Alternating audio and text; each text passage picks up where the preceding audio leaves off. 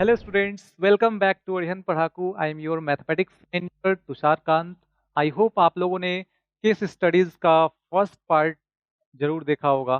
तो आज हम लोग केस स्टडीज का सेकेंड पार्ट इस वीडियो में कवर करने वाले हैं, जिसमें चैप्टर्स जो हम लोग कवर करने वाले हैं वो है determinants, continuity and differentiability, application of derivatives and linear programming. तो आइए स्टार्ट करते हैं आज का सेशन. देखिए देखिए ये रहा हमारा फर्स्ट क्वेश्चन. इसमें यहाँ पे जो दिया गया है इंफॉर्मेशन वो पहले हम लोग एक बार देख लेते हैं, फिर इस पे बेस्ड क्वेश्चंस स्टार्ट करेंगे. तो यहाँ पे ये दिया गया है it's triangular face of the pyramid, है ना. तो यहाँ पे एक पिरामिड आपको दिखाया गया है और इसमें ये बोला गया है made up of 25 smaller equilateral triangles. तो इसमें देखिए, इसमें ये छोटे छोटे ट्रायंगल्स आपको दिख रहे हैं ना. तो ये टोटल कितने ट्रायंगल्स इसमें हैं? 25, और वो सारे इक्विलेटरल ट्रायंगल्स हैं. चलिए, तो ये इतना इंफॉर्मेशन यहाँ पे दिया गया है. अब इस पे बेस्ड जो क्वेश्चंस है वो देखते हैं हम लोग. क्या पूछा गया है? देखिए, फर्स्ट क्वेश्चन यहाँ पे आपसे पूछा गया है if the vertices of one of the smaller equilateral triangle are 0 0 3 comma root 3 3 comma minus root 3 then the area of such triangle is. तो अब देखिए, इसको एक तो मेथड ये है कि अगर हम लोग वर्टेक्स मतलब वर्टिसेस दिए गए हैं किसी भी ट्रायंगल के, तो एरिया ऑफ ट्रायंगल हम लोग फाइंड कर सकते हैं, है ना. लेकिन अगर उस मेथड से जाएंगे तो थोड़ा टाइम लगेगा. यहाँ पे हम लोग क्या करते हैं, अगर क्वेश्चन ऑब्जेक्टिव हो तो हम लोग क्या करेंगे, डायरेक्ट इसको प्लॉट कर लेंगे एक्स वाई प्लेन में.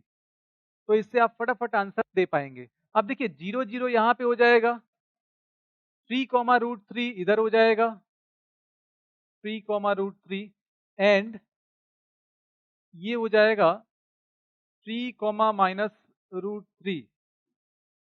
इसको ज्वाइन कर देंगे, ठीक है.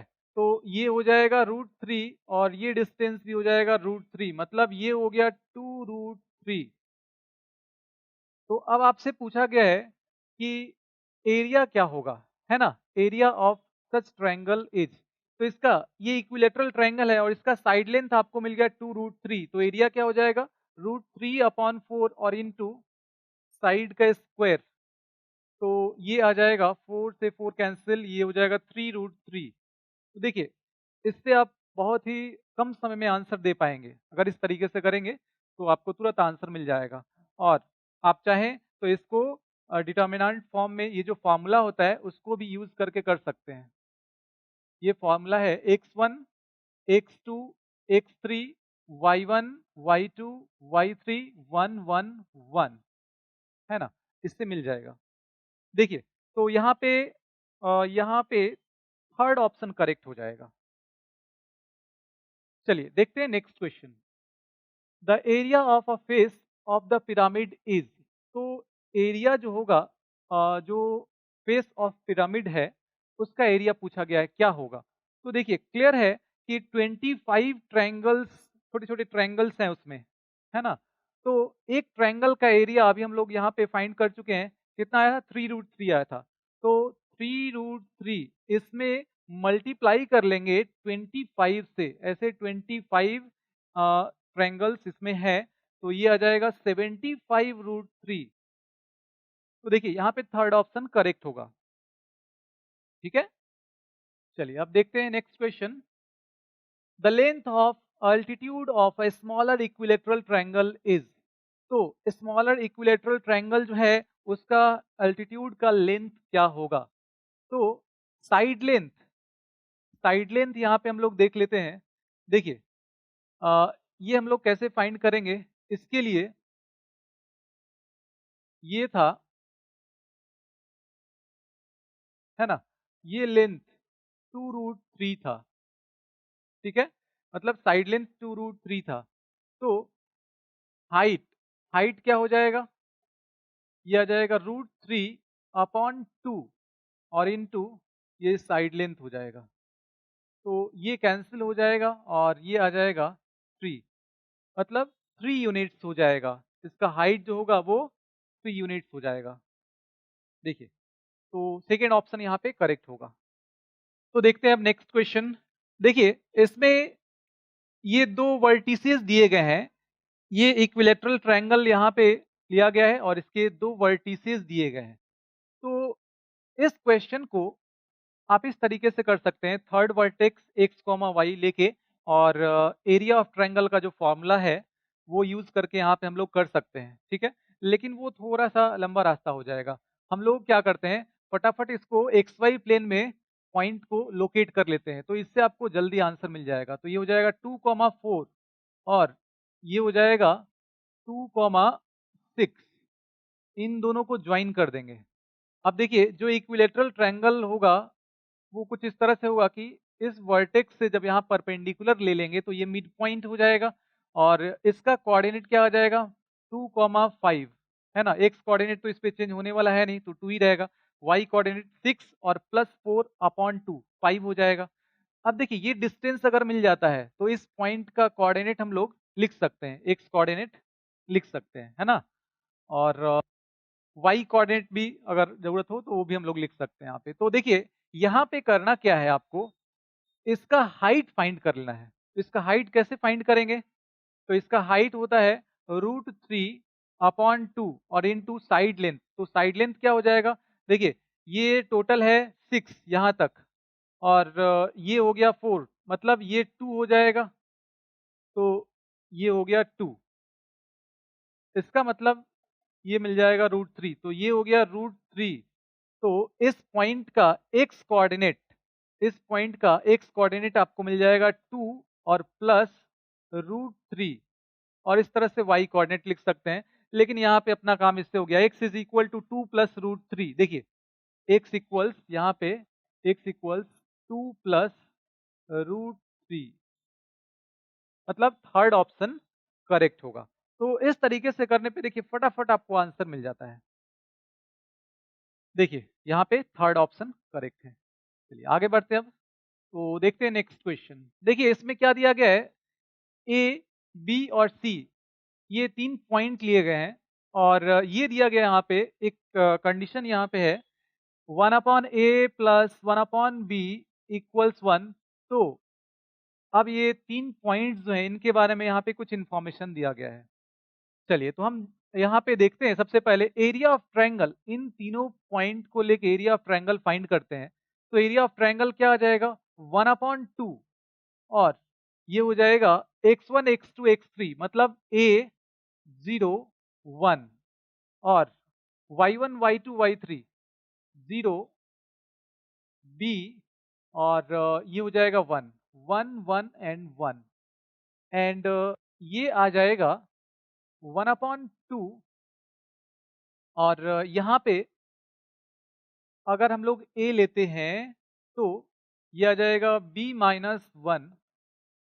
इसके बाद 0 लेने पे तो ये 0 हो जाएगा और फिर प्लस यहाँ पे 1 लेते हैं तो ये आ जाएगा 0 और minus b and this is equal to 1/2 ab minus a और ये हो जाएगा माइनस b, ठीक है।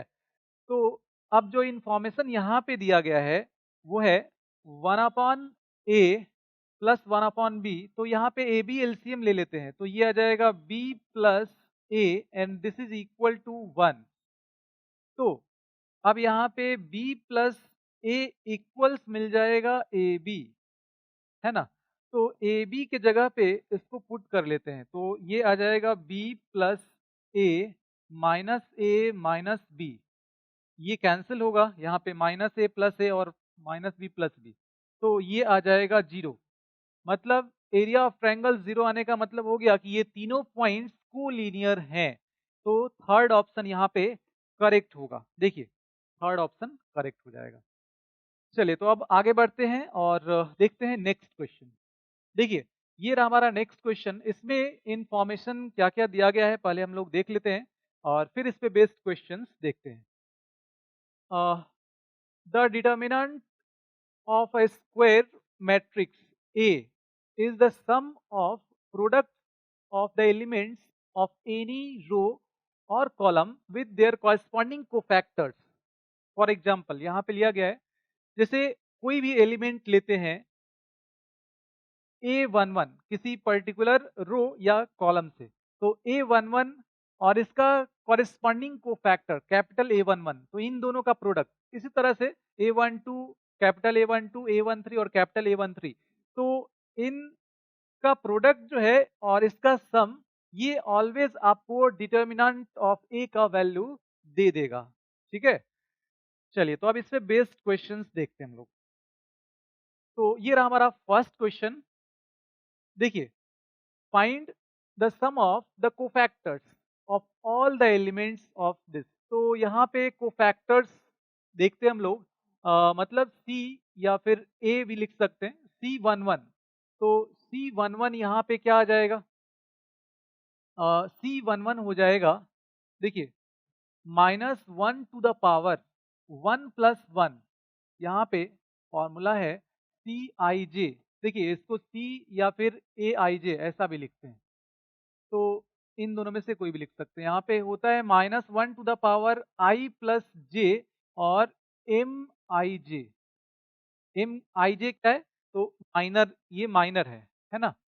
तो देखिए यहाँ पे आ जाएगा -1 का पावर 2 और m, ये हो जाएगा 1 1, तो M11 मतलब इस एलिमेंट का, इस एलिमेंट का माइनर। तो इसमें कैसे फाइंड करते हैं, ये जिस रो और जिस कॉलम में है उसको डिलीट कर दीजिए, बाकी जो बच रहा है उसको यहाँ पे लिख लीजिए, तो ये आ जाएगा 3, तो C11 ये आ गया 3। अब देखते हैं C12, तो ये आ जाएगा -1 का पावर 1 + 2 विच इज ऑड, तो ये माइनस आ जाएगा और ये हो जाएगा M12। तो अब इसको ले रहे हैं, तो ये और ये जाएगा, यहाँ पे 4 बच जाएगा, तो -4 आ जाएगा। C21, C21 क्या आ जाएगा, तो C21 यहाँ पे देखिए -M21 हो जाएगा और M21, तो ये हो जाएगा -2 and this is equal to 2, C22, तो ये आ जाएगा प्लस और M22 हो जाएगा 1। अब इन सब का सम, तो 3 -4 +2 और +1, तो ये कितना आ जाएगा, 3 + 2 5 + 1 6 और -4 2 आ जाएगा। मतलब फर्स्ट ऑप्शन यहाँ पे करेक्ट हो जाएगा। देखिए फर्स्ट ऑप्शन करेक्ट है। चलिए आगे बढ़ते हैं अब। देखिए ये क्वेश्चन जो है, इसमें माइनर पूछा गया है A21 का, तो A21 का माइनर, A21 कौन सा एलिमेंट होगा पहले उसको आइडेंटिफाई करते हैं। तो A21 सेकेंड रो का फर्स्ट एलिमेंट, मतलब ये सेकेंड रो का फर्स्ट एलिमेंट हो गया। अब इसका माइनर, तो ये जिस रो में है उसको और जिस कॉलम में है उसको डिलीट कर दीजिए। अब इसके बाद आपको क्या दिख रहा है, 6 -3 -7 एंड 3। अब इसका डिटर्मिनेंट यहाँ पे फाइंड कर लीजिए, तो इसका माइनर मतलब M21 भी लिख सकते हैं इसको, और ये आ जाएगा 18 माइनस और ये आ जाएगा 21 and this is equal to -3। तो यहाँ पे सेकेंड ऑप्शन करेक्ट हो जाएगा। देखिए सेकेंड ऑप्शन करेक्ट है। तो नेक्स्ट क्वेश्चन देखते हैं अब। देखिए इसमें डिटर्मिनेंट ऑफ दिस, ये दिया गया है, find the value of A32 और इनटू कैपिटल A32, मतलब कोफैक्टर ऑफ A32 है ना। तो ये आपसे पूछा गया है। सबसे पहले हम लोग देखते हैं A32 यहाँ पे कौन सा एलिमेंट है। तो थर्ड रो का सेकेंड एलिमेंट, देखिए थर्ड रो का सेकेंड एलिमेंट ये A32 है। अब इसका कोफैक्टर अगर फाइंड करना है, तो इसके लिए आपको क्या करना होगा, -1 का पावर 3 + 2, 3 + 2 5, तो -1 का पावर 5 माइनस हो जाएगा और ये आ जाएगा M32। इसका माइनर लिखना है, तो ये जिस रो और जिस कॉलम में है उसको अगर डिलीट करते हैं, तो अब यहाँ पे क्या बच रहा है, देखिए यहाँ पे क्या बचेगा, इसको और इसको डिलीट करने के बाद 2 5 6 4 and this is equal to, ये आ जाएगा 8 और -30, ठीक है, और ये आ जाएगा -22, तो +22 हो जाएगा। और A32 है 5, तो A32 और into cofactor of A32 and this is equal to 22 into 5 which is 110। तो 110 मतलब थर्ड ऑप्शन यहाँ पे करेक्ट हो जाएगा। देखिए थर्ड ऑप्शन करेक्ट है। चलिए आगे बढ़ते हैं अब। देखिए इस क्वेश्चन में ये एक डिटर्मिनेंट दिया गया है और यहाँ पे आपसे पूछा गया है माइनर ऑफ A23। तो A23 मतलब सेकेंड रो का थर्ड एलिमेंट, सेकेंड रो का थर्ड एलिमेंट, इसका माइनर पूछा गया है। तो जिस रो और जिस कॉलम में उसको हटा दीजिए और इसके बाद यहाँ पे क्या दिख रहा है आपको 5 3 1 2 मतलब 10 और -3 7। तो ये आ जाएगा 10 -3 7। यहाँ पे लास्ट ऑप्शन करेक्ट हो जाएगा। ठीक है, चलिए अब आगे बढ़ते हैं। देखिए यहाँ पे डिटर्मिनेंट दिया गया है और एब्सोल्यूट वैल्यू ऑफ डिटर्मिनेंट मतलब इसका जो वैल्यू आएगा उसका मैग्नीट्यूड, उसका मॉडुलस वैल्यू पूछा गया है, एब्सोल्यूट वैल्यू। तो अब यहाँ पे हम लोग सबसे पहला काम क्या करते हैं, इसका वैल्यू फाइंड करते हैं। तो this is equal to, this is equal to देखिए प्लस माइनस प्लस और फर्स्ट रो के अलोंग इसको एक्सपेंड कर रहे हैं हम लोग। तो ये हो जाएगा 2 और ये आ जाएगा दिस इंटू दिस 0 और माइनस ये हो जाएगा 20 माइनस इसके बाद -3 तो माइनस माइनस प्लस 3 हो जाएगा। और जब ये लेंगे तो फर्स्ट रो और सेकेंड कॉलम को एलिमिनेट कीजिए। तो अब देखिए ये दिख रहा है, ये आ जाएगा -42 और माइनस दिस इंटू दिस 4, इसके बाद +5 और ये हो जाएगा 30 और -0 तो 30 -0। देखिए अब ये आ जाएगा कितना -40, इसके बाद ये आ जाएगा -46 और इंटू 3 तो ये आ जाएगा 46 और इंटू 3 ये हो जाएगा 120 और 138 हो जाएगा, है ना। तो -138 और ये आ जाएगा +150 प्लस 150। तो देखिए यहाँ पे आ जाएगा -178 और +150 and this is equal to -28।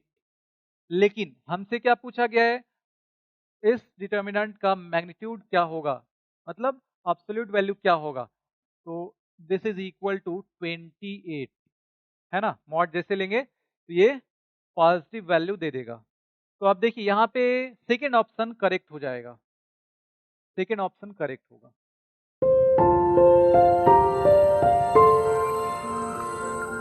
चलिए आगे बढ़ते हैं अब। देखिए तो ये रहा हमारा नेक्स्ट क्वेश्चन और इसमें ये इंफॉर्मेशंस दिए गए हैं। तो पहले इसको हम लोग अच्छे तरीके से पढ़ लेते हैं और फिर इस पे बेस्ड क्वेश्चंस करने हैं हम लोगों को। तो देखिए यहाँ पे जो दिया गया है फंक्शन के बारे में, the function f(x) will be discontinuous at x equal to a if f(x) has discontinuity of first kind। अब discontinuity of first kind क्या होता है, तो यहाँ पे दिया गया है कि LHL limit h tends to 0 f of a minus h, है ना। ये LHL हो गया, ये RHL हो गया। तो LHL RHL दोनों एग्जिस्ट करेंगे लेकिन इक्वल नहीं होंगे, तो ये डिसकंटिन्यूटी ऑफ फर्स्ट काइंड कहलाता है या फिर इसको इरिमूवेबल डिसकंटिन्यूटी भी बोलते हैं। ठीक है, मतलब इस डिसकंटिन्यूटी को रिमूव नहीं कर सकते हैं। इसके बाद सेकेंड जो पॉइंट है यहाँ पे डिसकंटिन्यूटी ऑफ सेकेंड काइंड, इसमें क्या होगा कि ये जो LHL है और RHL है ये दोनों एग्जिस्ट नहीं करते हैं। ठीक है, डिसकंटिन्यूटी ऑफ सेकेंड काइंड। और उसके बाद है रिमूवेबल डिसकंटिन्यूटी, इसमें क्या होता है कि दोनों यहाँ पे एग्जिस्ट करेंगे, दोनों इक्वल भी होंगे लेकिन वो f ऑफ a के बराबर नहीं होंगे, है ना। तो ये 3 पॉइंट्स दिए गए हैं, अब इस पे बेस्ड क्वेश्चंस हम लोग करने वाले हैं। ठीक है, फिर से एक बार देख लीजिए। फर्स्ट काइंड में क्या है, दोनों LHL और RHL दोनों एग्जिस्ट करेंगे लेकिन इक्वल नहीं होंगे। सेकेंड काइंड जो है उसमें दोनों एग्जिस्ट नहीं करेंगे और ये रिमूवेबल डिसकंटिन्यूटी में क्या है, LHL और RHL दोनों एग्जिस्ट करेंगे, दोनों इक्वल होंगे लेकिन f ऑफ a के बराबर नहीं होंगे। तो ये रिमूवेबल डिसकंटिन्यूटी है और ये इरिमूवेबल डिसकंटिन्यूटी है। चलिए अब देखते हैं क्वेश्चन। तो ये रहा हमारा फर्स्ट क्वेश्चन इसका। और इसमें देखिए दिया गया है एफ ऑफ एक्स दिया गया है, दो वैल्यू यहाँ पे दिया गया है। ये डाउटफुल पॉइंट है, एक्स इक्वल टू 3 है ना, मतलब इस पे डेफिनेशन इसका चेंज हो रहा है। तो अब यहाँ पे देखते हैं हम लोग LHL और RHL at x equals 3। LHL क्या आ जाएगा, लिमिट h टेंड्स टू, हालांकि यहाँ पे LHL और RHL हम लोग फाइंड ना करके direct limit x tends to 3 और f ऑफ x ये वैल्यू भी फाइंड कर सकते हैं। ठीक है, तो चलिए इस वैल्यू को हम लोग यहाँ पे फाइंड कर लेते हैं direct. Limit x tends to 3 और f ऑफ x, तो ये आ जाएगा लिमिट x टेंड्स टू 3 और f ऑफ x यहाँ पे दिया गया है एक्स स्क्वायर और -9, इसको 3 का स्क्वायर लिख लेते हैं और डिवाइडेड बाई एक्स माइनस 3।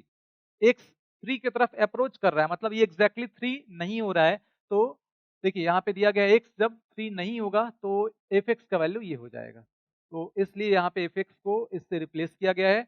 और अब यहाँ पे हम लोग क्या कर सकते हैं, तो a माइनस बी और a प्लस बी है ना, ए स्क्वायर माइनस बी स्क्वायर, इसको ब्रेक कर लेते हैं और एक्स माइनस 3 यहाँ पे कैंसिल हो जाएगा। तो एक्स माइनस 3 यहाँ पे कैंसिल कर लेते हैं। देखिए अगर ये x का जो वैल्यू है 3 होता तो ये टर्म 0 होता है ना, तो 0 और 0 फिर उसको हम लोग कैंसिल नहीं कर सकते थे, वो इनडिटर्मिनेट फॉर्म आ जाता। लेकिन यहाँ पे x 3 की तरफ अप्रोच कर रहा है तो उस केस में हम लोग इसको कैंसिल कर सकते हैं। तो अब यहाँ पे लिमिटिंग वैल्यू जब ले लेंगे तो 6 + 3 ये आ जाएगा 6, which is not equal to f of 3। यहाँ पे जब x का वैल्यू 3 लेंगे, x का वैल्यू 3 लेने पे एफ ऑफ x है 4, तो ये वैल्यू और limit x tends to 3 f of x इसका वैल्यू इक्वल नहीं है। इसका मतलब ये किस तरह का डिसकंटिन्यूटी होगा, तो देखिए यहाँ पे रिमूवल डिसकंटिन्यूटी है ना, जो लास्ट वाला पॉइंट था, दोनों यहाँ पे LHL और RHL एग्जिस्ट कर रहे हैं, दोनों इक्वल हैं, लेकिन वो एफ ऑफ ए के बराबर नहीं है। तो यहाँ पे फर्स्ट ऑप्शन करेक्ट हो जाएगा। चलिए अब नेक्स्ट क्वेश्चन देखते हैं। देखिए यहाँ पे दिया गया है f of x is equal to x plus 2 और एक्स प्लस 4, जब एक्स का value less than equal to 4 होगा और जब एक्स का वैल्यू ग्रेटर देन 4 होगा। तो अब ये जो ऑप्शंस दिए गए हैं इसके लिए हम लोगों को क्या करना होगा, यहाँ पे LHL फाइंड करते हैं पहले। LHL क्या आ जाएगा, limit h tends to 0 f of 4 minus h, तो ये आ जाएगा लिमिट h टेंड्स टू 0 और ये हो जाएगा x प्लस 2 है ना। इनपुट देखिए 4 से अगर कम ले रहे हैं तो उसके लिए फंक्शन का वैल्यू ये ले लेंगे और x को यहाँ पे रिप्लेस कर लेंगे 4 माइनस एच से, तो 4 माइनस एच प्लस 2, तो ये आ जाएगा 6। ठीक है, इसके बाद देखते हैं RHL। तो RHL क्या आ जाएगा, लिमिट h टेंड्स टू 0 और f ऑफ 4 प्लस h, और ये आ जाएगा limit h tends to 0 f of 4 plus h, मतलब यहाँ पे x को रिप्लेस करेंगे हम लोग 4 प्लस h से और प्लस 4, तो 4 प्लस 4 और जब लिमिटिंग वैल्यू यहाँ पे ले लेंगे तो ये मिल जाएगा 8। LHL नॉट इक्वल्स RHL, तो यहाँ पे LHL और RHL ये दोनों इक्वल नहीं है।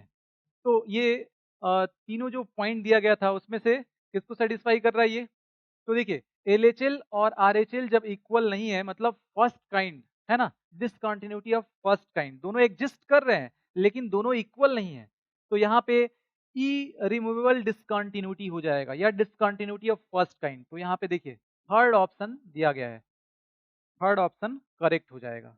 ठीक है, आगे बढ़ते हैं अब। तो देखते हैं अब नेक्स्ट क्वेश्चन। देखिए यहाँ पे क्या दिया गया है, f of x equals x square minus 4 upon x minus 2, जब एक्स नॉट इक्वल टू 2 होगा और जब एक्स इक्वल्स टू होगा तो 5। सबसे पहले हम लोग यहाँ पे देख लेते हैं लिमिट एक्स टेंड्स टू 2 और एफ ऑफ एक्स इसका वैल्यू, तो limit x tends to 2, limit x tends to 2 और एफ ऑफ एक्स, तो ये हो जाएगा एक्स माइनस 2 और एक्स प्लस 2, इसको लिख सकते हैं। और divided by x minus two, तो एक्स माइनस टू यहाँ पे कैंसिल हो जाएगा और लिमिटिंग वैल्यू इसका मिल जाएगा 2 + 2 4, ये हो जाएगा। और f of two, f of two क्या दिया गया है यहाँ पे 5, तो limit x tends to 2, f of x not equals f of 2। इसका मतलब देखिए ये एग्जिस्ट तो कर रहा है ना, यहाँ पे LHL RHL दोनों एग्जिस्ट करेगा, लेकिन ये एफ ऑफ ए के बराबर नहीं है। मतलब ये किस तरह का डिसकंटिन्यूटी होगा, डिसकंटिन्यूटी ऑफ यहाँ पे रिमूवल डिसकंटिन्यूटी हो जाएगा, है ना। तो फर्स्ट ऑप्शन देखिए यहाँ पे करेक्ट हो जाएगा। चलिए आगे बढ़ते हैं, अब नेक्स्ट क्वेश्चन देखते हैं। इसमें क्या दिया गया है, एफ एक्स, यहाँ पे देखिए मॉडुलस फंक्शन इन्वॉल्व है। तो यहाँ पे मॉडुलस को कैसे ब्रेक करते हैं हम लोग, तो देखिए जब मॉडुलस एक्स जब ग्रेटर देन इक्वल टू 0 होगा तो मॉडुलस एक्स एक्स हो जाएगा, और एक्स नेगेटिव होगा तो माइनस एक्स हो जाएगा। अब देखिए यहाँ पे अगर LHL देखें, LHL at x equal to 0 पे कर रहे हैं हम लोग, तो LHL क्या आ जाएगा, limit h tends to 0, limit h tends to 0 f of 0 minus h, और ये आ जाएगा limit h tends to 0 f of minus h, तो आएगा माइनस एच और minus modulus of minus h upon minus h. अब देखिए ये हो जाएगा माइनस एच और ये हो जाएगा माइनस एच, तो -2h upon minus h, limit h tends to 0, ये हो जाएगा -2h अपॉन माइनस एच, ये हो जाएगा कैंसिल, माइनस माइनस कैंसिल, ये हो गया 2।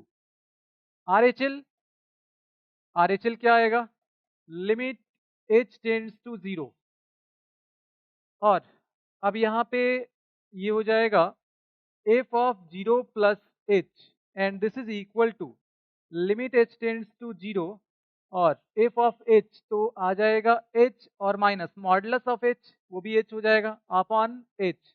तो देखिए h माइनस h क्या आ जाएगा, ये आ जाएगा 0।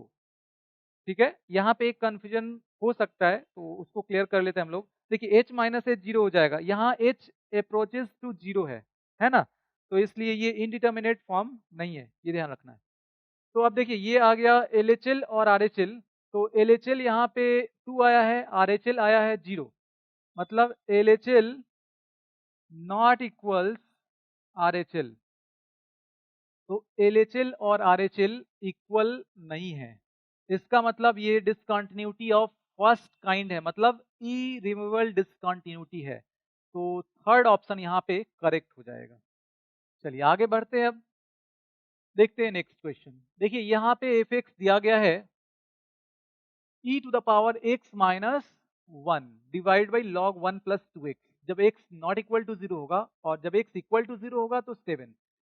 तो एट x इक्वल टू 0 पे यहाँ पे LHL RHL भी फाइंड कर सकते हैं, या डायरेक्ट हम लोग लिमिट x टेंड्स टू 0 और f ऑफ x ये फाइंड कर लेते हैं।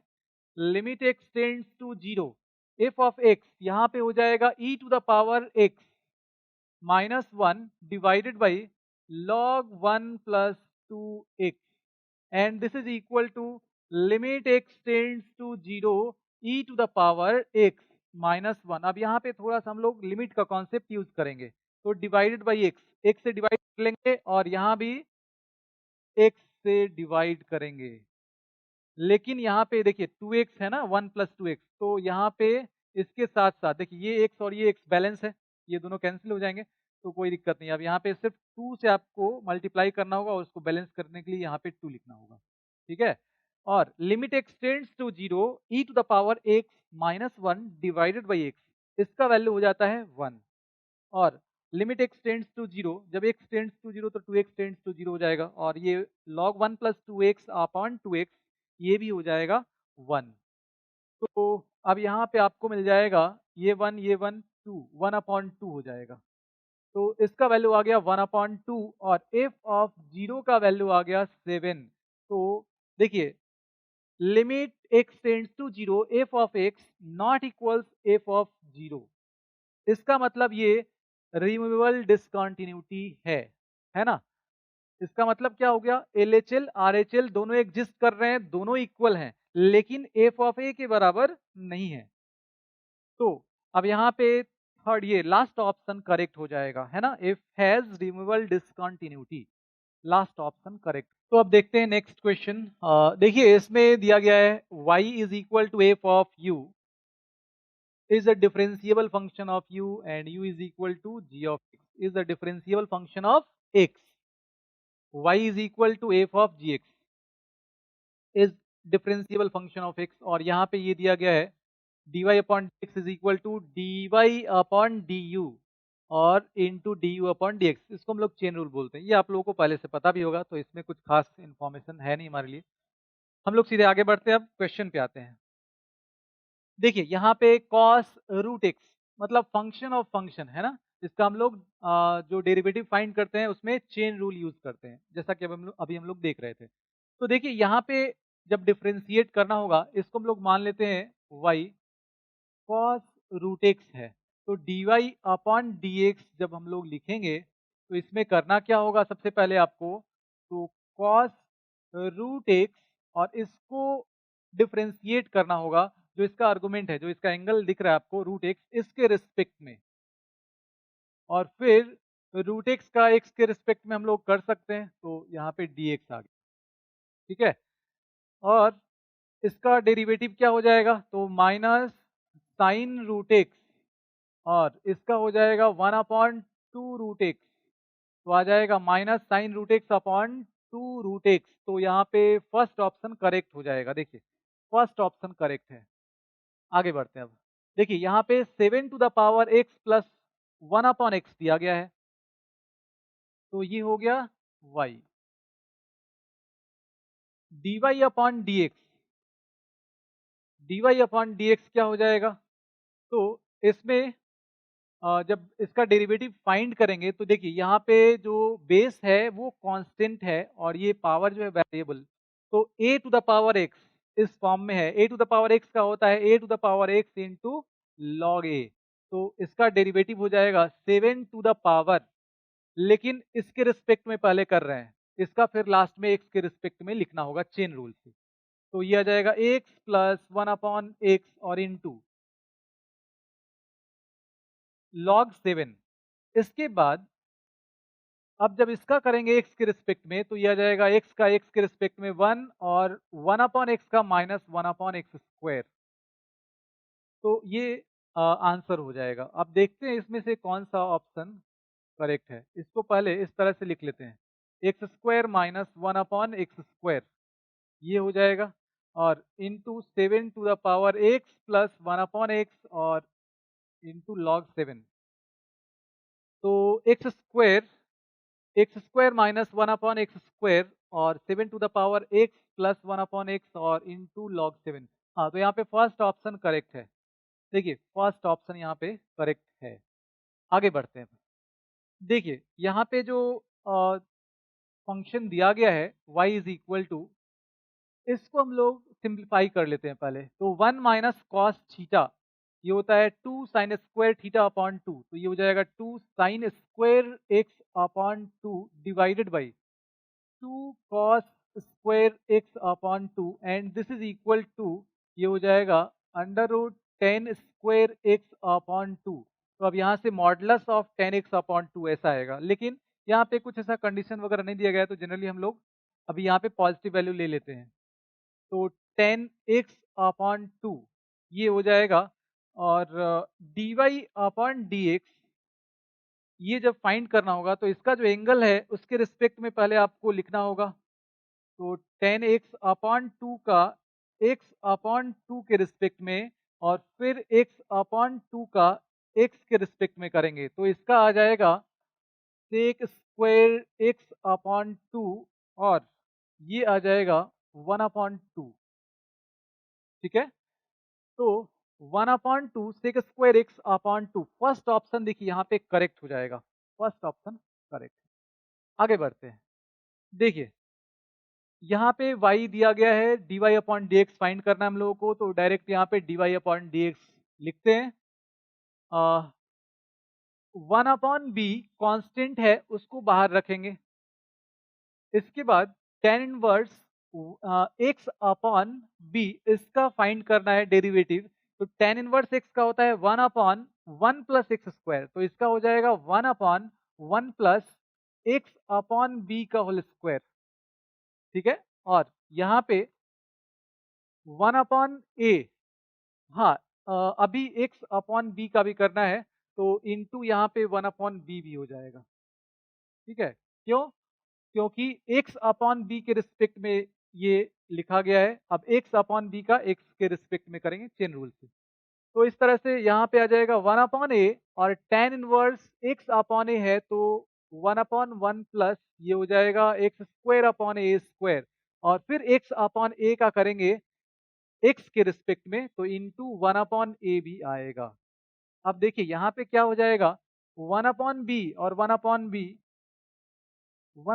स्क्वायर हो जाएगा, और इंटू यहाँ पे b square, x square upon b square, तो बी स्क्वायर एलसीएम और वो ऊपर चला जाएगा, और ये आ जाएगा b square plus x square plus 1/a square हो जाएगा, और इंटू ये आ जाएगा ए स्क्वायर, और A square plus x square, ये कैंसिल होगा, ये कैंसिल होगा, तो ये आ जाएगा 1/एक्स square plus B square plus 1/एक्स स्क्वायर प्लस ए स्क्वायर, ये सही आंसर होगा। तो देखते हैं अब 1/एक्स square plus B square plus 1/एक्स स्क्वायर प्लस ए स्क्वायर, मतलब सेकेंड ऑप्शन यहाँ पे करेक्ट हो जाएगा। देखिए, चलिए आगे बढ़ते हैं, और ये रहा हमारा नेक्स्ट क्वेश्चन। इसमें देखिए क्या करना है, सबसे पहले हम लोग सेक इनवर्स एक्स को थीटा पुट कर लेते हैं, तो ये आ जाएगा sec theta is equal to x. तो सेक थीटा जब एक्स आ गया तो इसको वाई बोल दे रहे हैं हम लोग, और वाई इज इक्वल टू क्या आ जाएगा, ये हो गया theta plus cosec inverse x की जगह पे लिख लेते हैं सेक थीटा, ये आ गया सेक थीटा, और यहाँ पे आ जाएगा under root sec square theta minus 1, sec square theta minus 1 tan square theta, और स्क्वायर रूट से बाहर आएगा टेन थीटा हो जाएगा। तो अब आ जाएगा थीटा प्लस कॉसेक इनवर्स, ये हो जाएगा 1 कॉस थीटा, सेक थीटा करेंगे, और ये sine theta upon cos theta होगा, कॉस थीटा ऊपर जाएगा, और यहाँ पे साइन थीटा हो गया, तो ये कैंसिल होगा, 1/साइन थीटा कॉसेक थीटा हो जाएगा। तो cosec inverse cosec theta, theta लिख लेते हैं, तो आ जाएगा y is equal to 2 theta. देखिए वैसे तो यहाँ पे कंडीशंस वगैरह ऐसे होने चाहिए, लेकिन नहीं दिया गया तो हम लोग जनरल ऐसा यहाँ पे इसको थीटा लेके चल रहे हैं, ठीक है ना, cosec inverse cosec theta theta, ठीक है। तो dy अपॉन dx फाइंड करना है, तो इसको पहले हम लोग चेंज कर लेते हैं यहाँ से x के टर्म में, ये आ जाएगा इनवर्स x। तो सेक इनवर्स x का डेरिवेटिव क्या होता है, सेक इनवर्स x का डेरिवेटिव होता है 1/मॉडुलस x under root x square minus 1। इसका मतलब यहाँ पे लास्ट ऑप्शन करेक्ट हो जाएगा, हाँ लास्ट ऑप्शन करेक्ट होगा यहाँ पे। देखिए, चलिए अब देखते हैं नेक्स्ट क्वेश्चन। ये रहा हमारा नेक्स्ट क्वेश्चन। इसमें देखिए जो इन्फॉर्मेशन दिया गया है उसको एक बार देखते हैं हम लोग। A student Arun is running on a playground along the curve given by y is equal to x square plus 1। तो ये कर्व दिया गया है, इसको याद रखना है हम लोगों को, y is equal to x square plus 7 curve. Another student, Manita, standing at point 3, 7 on playground wants to hit Arun by paper ball when Arun is nearest to Manita। ठीक है, अब ये जो इन्फॉर्मेशन है इस पे बेस्ड क्वेश्चंस हम लोगों को मिलने वाले हैं। तो देखिए जो फर्स्ट क्वेश्चन है इस पे बेस्ड, वो ये है कि अरुण position at any value of x, तो कर्व क्या था, y is equal to x square plus 7 है। तो यहाँ पे एक्स कोऑर्डिनेट अगर एक्स लेते हैं तो y coordinate x square plus 7 होगा, एक्स स्क्वायर प्लस 7, तो ये हो गया, मतलब यहाँ पे एक्स और x square plus 7, third option correct हो जाएगा, सिंपल है। मतलब इस कर्व पे जो कर्व दिया गया है ना उस पे एक जनरल पॉइंट है ना, position at any value of x, तो किसी पॉइंट का कोऑर्डिनेट इस फॉर्म में हम लोग इस कर्व पे ले सकते हैं। तो थर्ड ऑप्शन यहाँ पे करेक्ट हो जाएगा। अब देखते हैं नेक्स्ट क्वेश्चन। नेक्स्ट क्वेश्चन क्या है? Distance D between Arun and Manita will be. तो डिस्टेंस जो होगा वो क्या होगा? तो पॉइंट जो था, पॉइंट क्या था एक बार देख लेते हैं। 3,7 था शायद। देखिए पॉइंट था यहाँ पे 3,7। यस। तो अब जो पॉइंट दिया गया है 3,7 और उस पे जो जनरल यहाँ पे जो जनरल कोऑर्डिनेट था किसी पॉइंट का x और x स्क्वायर प्लस 7 और ये पॉइंट है 3,7। तो अब ये डिस्टेंस, इनके बीच का डिस्टेंस क्या हो जाएगा? तो डिस्टेंस फॉर्मूला यहाँ पे यूज कर लेंगे। ये आ जाएगा x माइनस 3 का होल स्क्वायर प्लस ये आ जाएगा एक्स स्क्वायर प्लस 7 और माइनस 7 का होल स्क्वायर। तो अब ये आ जाएगा x माइनस 3 का होल स्क्वायर और plus x to the power 4।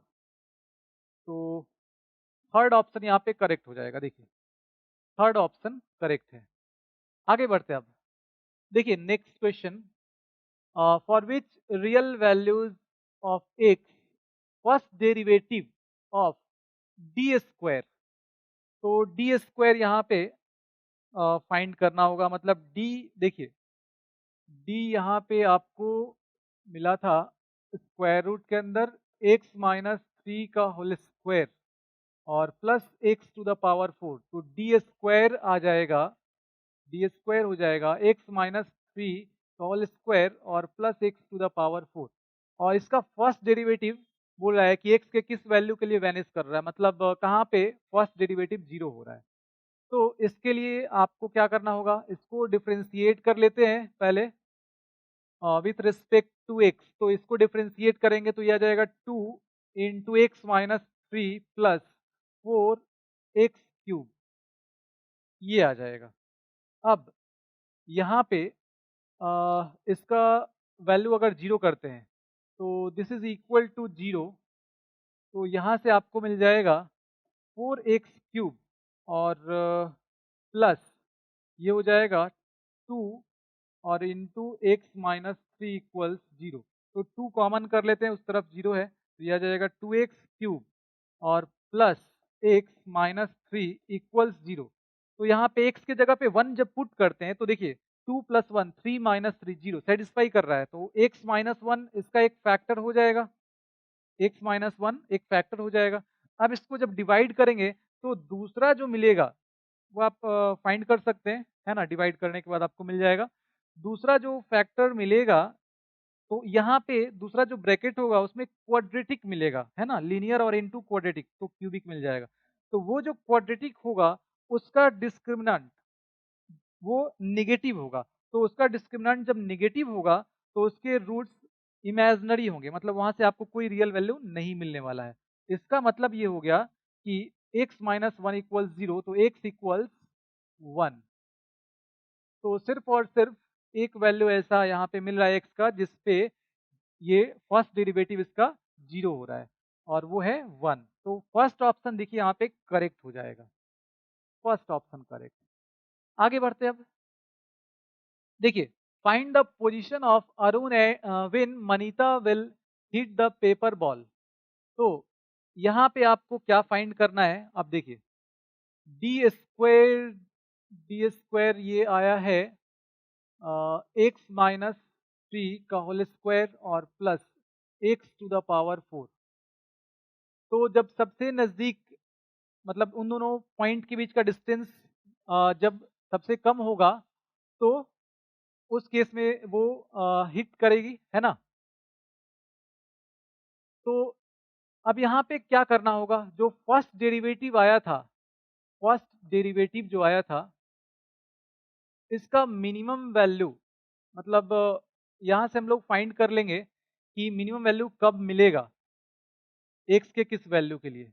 तो देखिए ये आपको मिला था 2 इंटू एक्स माइनस 3 का होल स्क्वायर और प्लस 4x³ ये मिला था फर्स्ट डेरिवेटिव। और इसको जीरो करने पे x का वैल्यू मिला था 1, इसको जीरो करने पे x का वैल्यू 1 मिला था, 1 यहाँ पे मार्क कर लेते हैं। अब इससे बड़ा कोई वैल्यू यहाँ पे पुट करते हैं, इसके जस्ट राइट साइड का एक नंबर उठाते हैं, जैसे 2 ले लेते हैं। तो 2 जब यहाँ पे लेंगे तो ये मिल जाएगा 2 माइनस 3 माइनस 1, है ना, -1 और इसका स्क्वायर तो पॉजिटिव और यहाँ भी पॉजिटिव, ये वैल्यू पॉजिटिव मिल रहा है और इधर नेगेटिव मिल रहा है, मतलब ये पॉइंट ऑफ, ये हो जाएगा point of minima. Value negative से पॉजिटिव हो रहा है इस पॉइंट के अराउंड, है ना, तो पॉइंट ऑफ मिनिमा हो जाएगा। तो पॉइंट ऑफ मिनिमा हो जाएगा तो इसका मतलब x इक्वल टू 1 पे पॉइंट ऑफ मिनिमा हो रहा है, तो मिनिमम वैल्यू यहाँ पे मिल जाएगा x के इस वैल्यू के लिए। तो अब कोऑर्डिनेट आपको फाइंड करना है और ये दिया गया था y is equal to x square plus 7। तो when x is equal to 1 y is equal to क्या मिल जाएगा, यहाँ पे x वैल्यू 1 पुट करेंगे तो 8 मिल जाएगा। 1,8 मतलब 1,8 यहाँ पे सेकेंड ऑप्शन यहाँ पे करेक्ट हो जाएगा। देखिए सेकेंड ऑप्शन करेक्ट है। चलिए अब नेक्स्ट क्वेश्चन देखते हैं। यहाँ पे देखिए दिया गया है मिनिमम वैल्यू ऑफ डी क्या होगा, ये ऑप्शंस दिए गए हैं। तो मिनिमम वैल्यू के लिए आपको क्या करना होगा, डी स्क्वायर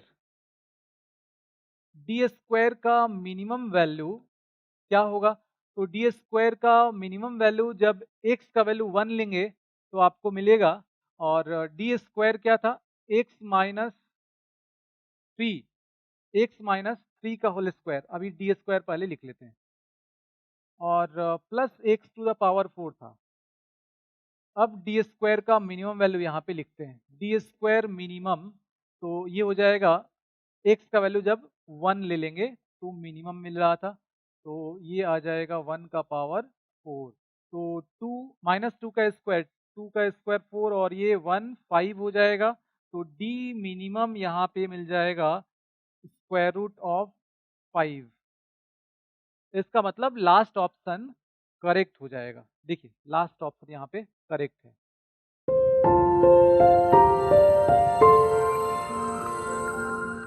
चलिए तो अब देखते हैं नेक्स्ट क्वेश्चन, और ये लीनियर प्रोग्रामिंग का क्वेश्चन है। यहाँ पे जो इन्फॉर्मेशन दिया गया है एक बार देख लेते हैं।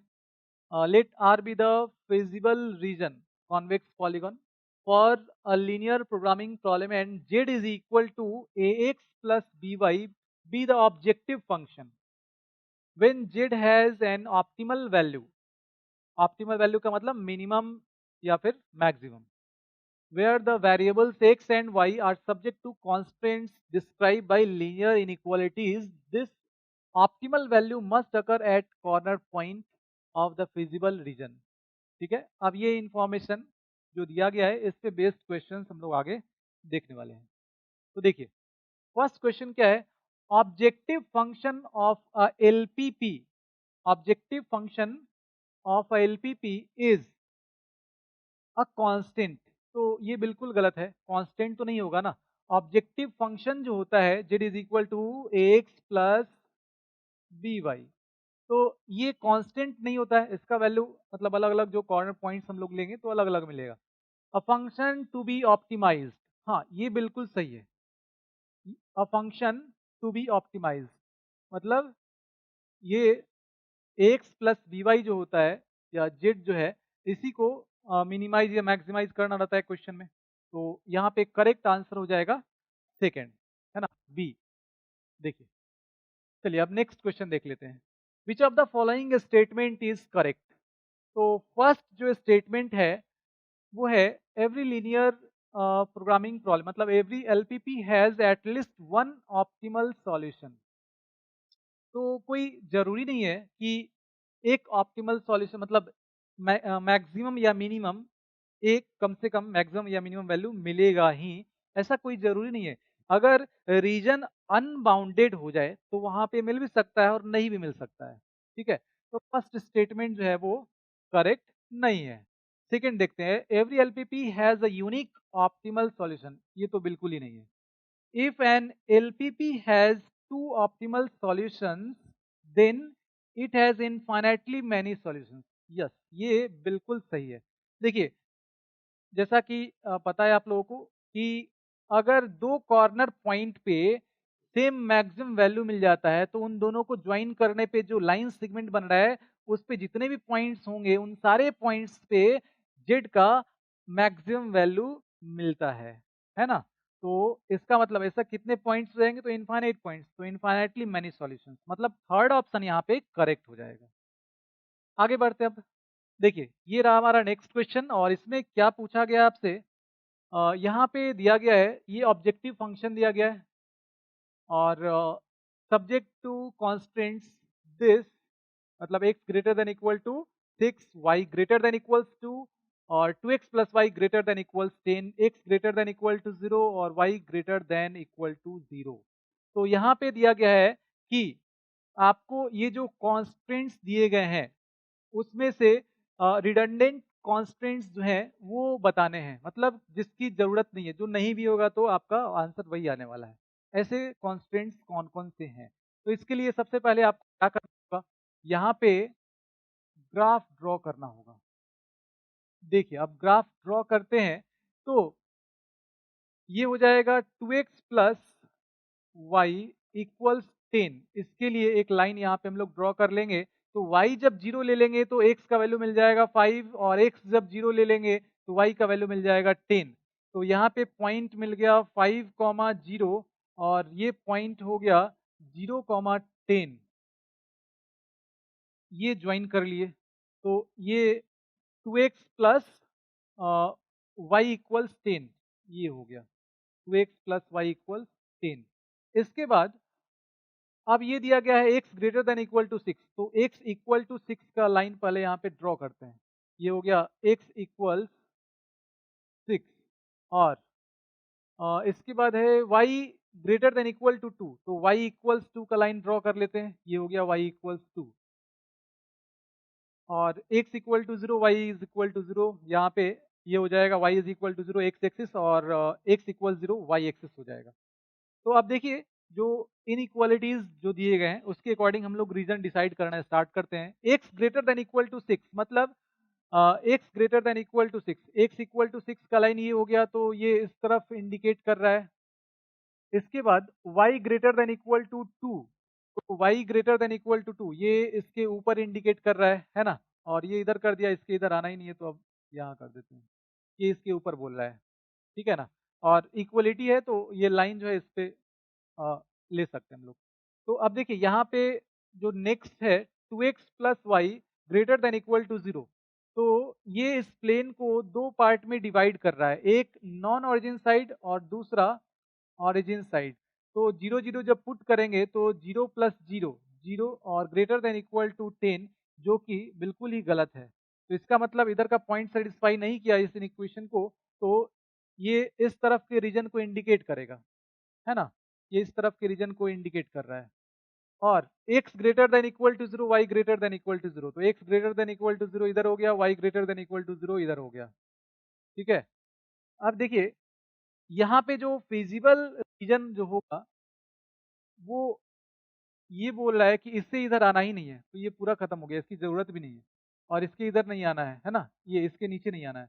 तो अब हमारा रीजन ये हो जाएगा, और ये नहीं होगा ये पार्ट, तो ये हो जाएगा, ठीक है।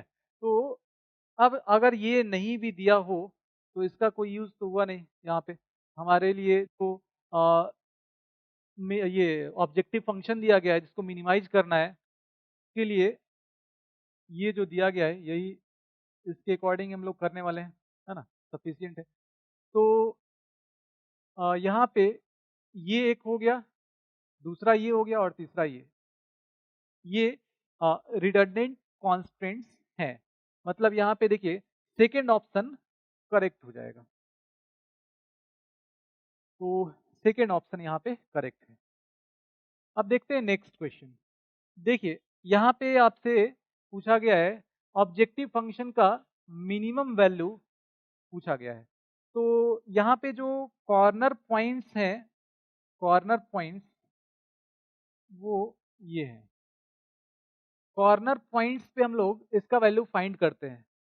तो जेड इज इक्वल टू, अगर हम लोग देखें यहाँ पे कॉर्नर पॉइंट ये हो गया और ये जेड हो जाएगा, z is equal to 3x minus 4y। तो 0 0 पे देखते हैं, अब 0 0 पे ये 0 मिल जाएगा। इसके बाद 5 0 पे देखते हैं, तो 5 0 जब लेंगे तो ये मिल जाएगा 15।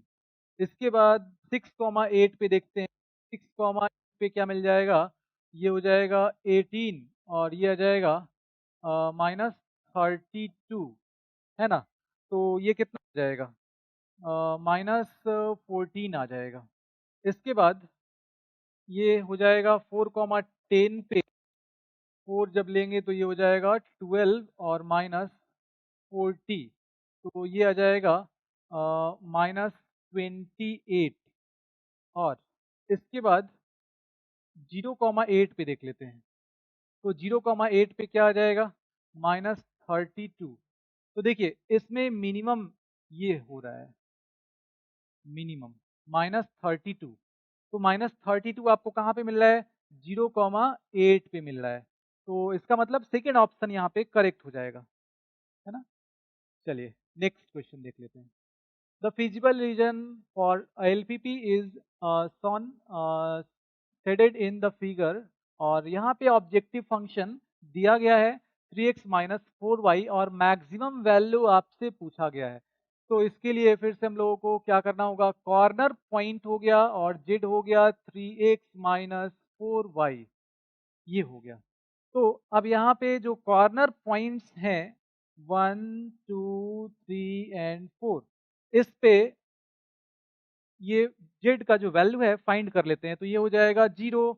अब 6,12 पे देखते हैं, तो 6,12 पे क्या मिल जाएगा, ये हो जाएगा 18 और -48, तो आ जाएगा -30। इसके बाद देख लेते हैं 6,16 पे, तो 6,16 पे क्या आ जाएगा, 18 और -64, तो 18 -64, यहाँ पे मैक्सिमम वैल्यू फाइंड करना है ना।